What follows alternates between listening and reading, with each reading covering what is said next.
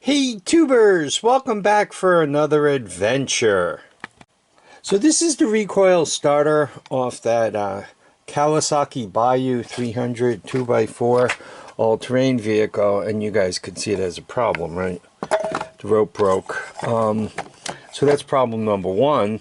The rope that's left is only about 6 inches long, so you're not going to use this to start anything.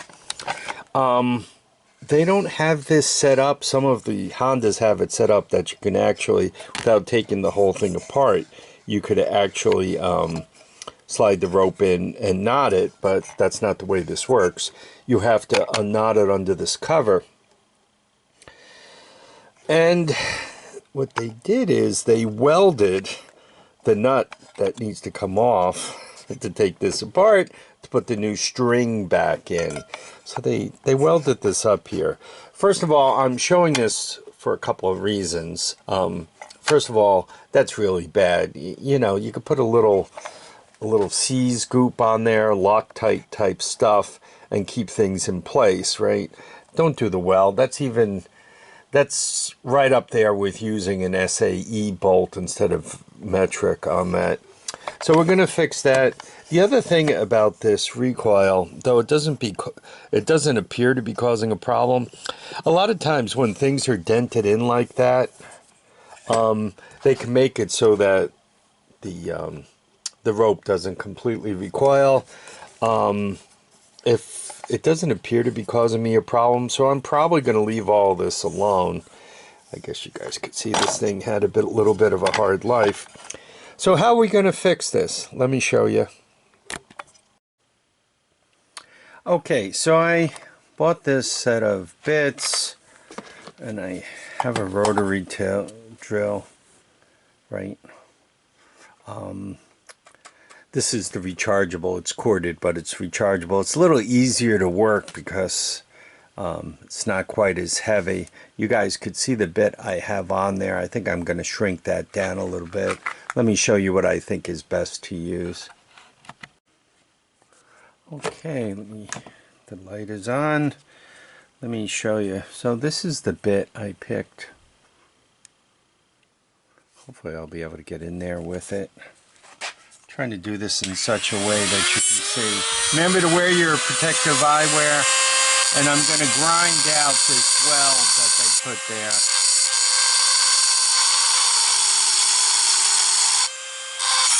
These are carbide bits.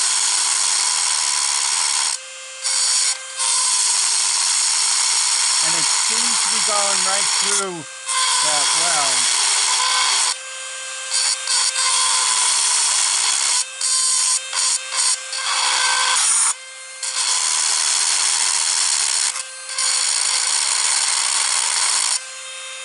Obviously, I could go after this with a 10 millimeter, and I could probably break it right off, as in not the weld. I can break the threaded shaft off the housing. So hopefully, by doing this,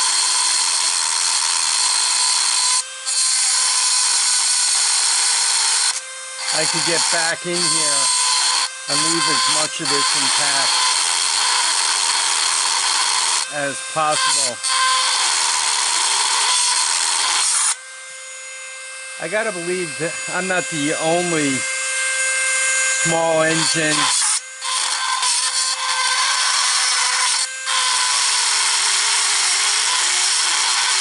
all-terrain vehicle mechanic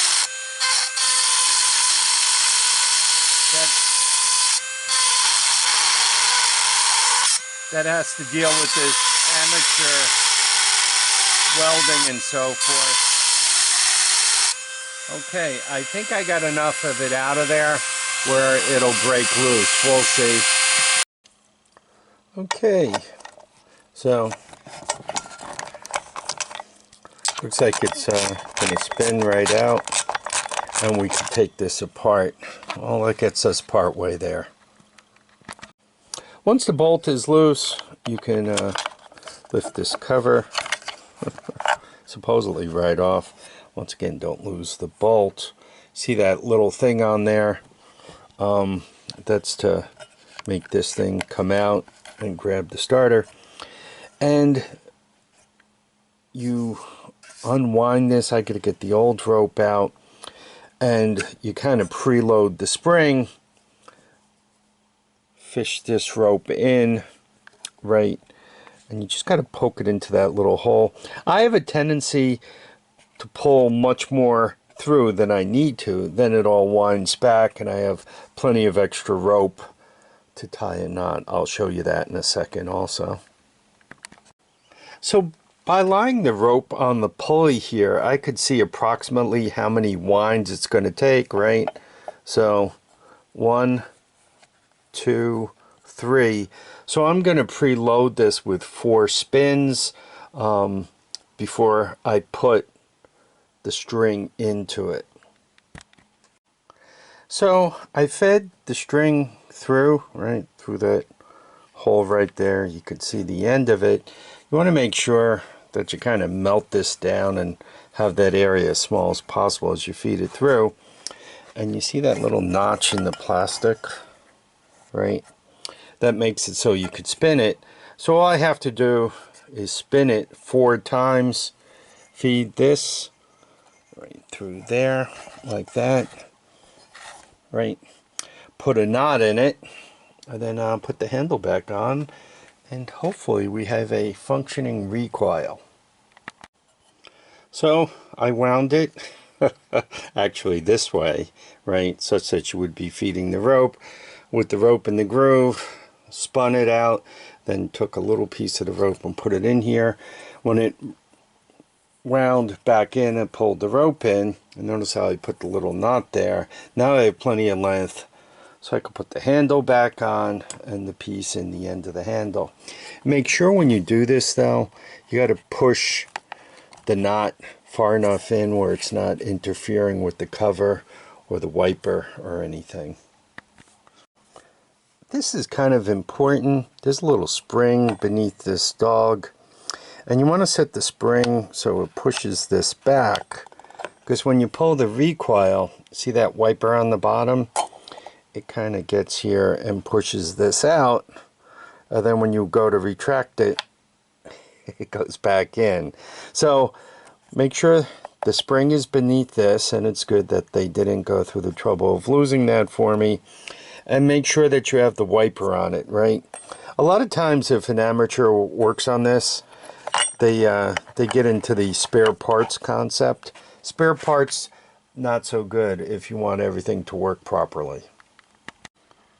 So this is what you're up to, right? You pull the string, you can see the dog comes out, and you let go of the string, and the dog goes back, and it winds itself all back in. That's where you want to get with this. The important things, try not to weld that. That's really not the greatest idea. When you take them apart, pay attention to where the parts go, because if you don't do it that way, you're going to end up with little surprises, like the dog doesn't come out or the dog doesn't go back in, which starts to chew stuff up. So be careful about that.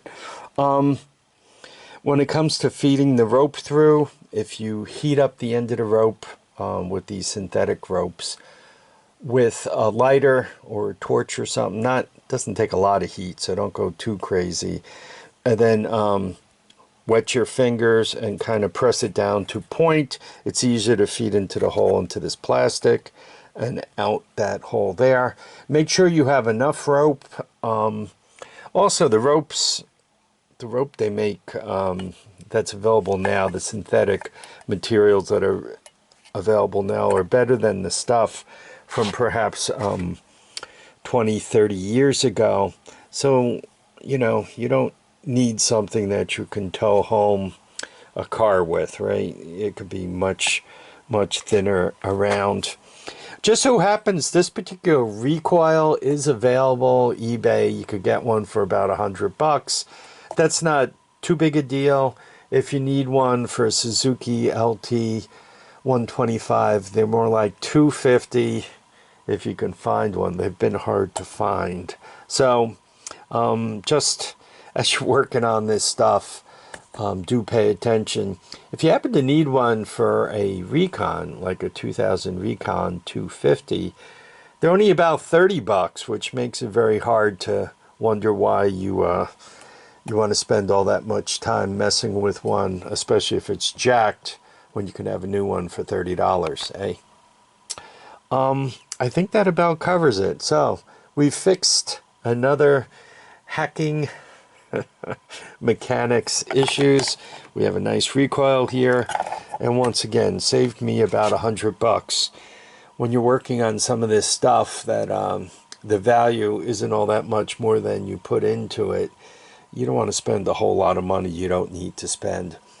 In the meantime, I really want to thank you for dropping by to watch, comment, and subscribe. Next time you see this rig, I think I'm going to build a custom carburetor intake, manifold intake for it, hack a PZ30 onto it, get it all set up, and hopefully get a ride out of it. After a ride, we'll have a little bit more knowledge about what's going on with it. I'm concerned that the compression might be actually permanently low. I'm still scratching my head trying to figure out why they would put a timing chain into a machine, go through the trouble of pulling off the engine and everything else, and not bother throwing a quick hone and a set of rings into it. So yeah, I'm not completely sure how the timing managed to be 90 degrees out or so, and it missed the valves, but yet I gotta think that somehow they took that engine apart, which is kind of what messed the timing up, especially the timing chain seemed tight, and then put it on there, which is why the exhaust manifold was off also. And then anyway, I'm thinking out loud and babbling, so let's finish this video. Once again, thanks for watching, commenting, and subscribing. Please remember, feet down, heads up, and get out and enjoy each and every day. Bye now.